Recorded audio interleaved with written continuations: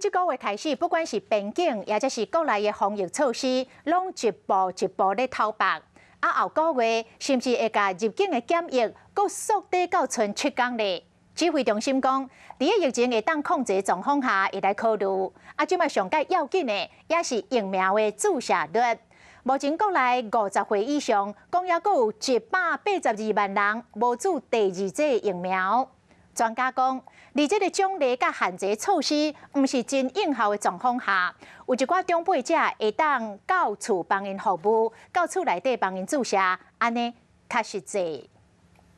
3月春暖花开，疫情嘛看到春天，无论是边境还是国内防疫措施，拢有豆豆放卡令。不过，伫个大家话要搁较自由的同时，国内50岁以上依然有182万人无注第2剂预防射，嘛变成专家上爱烦恼的族群。随着我们慢慢松绑，我们国内会有一些流行，年纪比较大，比如说60岁以上的人，那重症人数就一定会跑出来的，那可能要住院。那对于这个整个医疗系统的负担会变得很重。指挥中心更加实施老大人若注预防射要贴伊500块的奖励，不过甲奖励也是限制措施比较起来，可能更加需要医疗的专业人员亲身去行一转。可以透过民政局把这些名册做出来以后，甚至必要的话到家里去施打。那这样的话，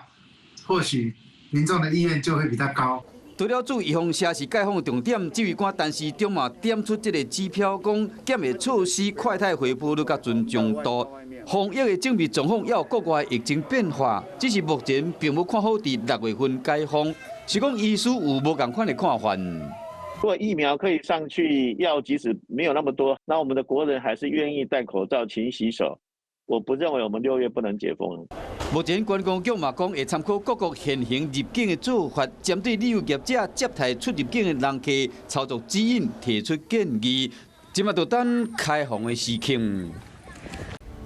我是陈雅玲，想要跟我一起从零掌握天下事吗？赶紧按下华视新闻 YouTube 频道的订阅按钮，开启小铃铛，跟我一起探讨公共议题，给您最专业的华视新闻。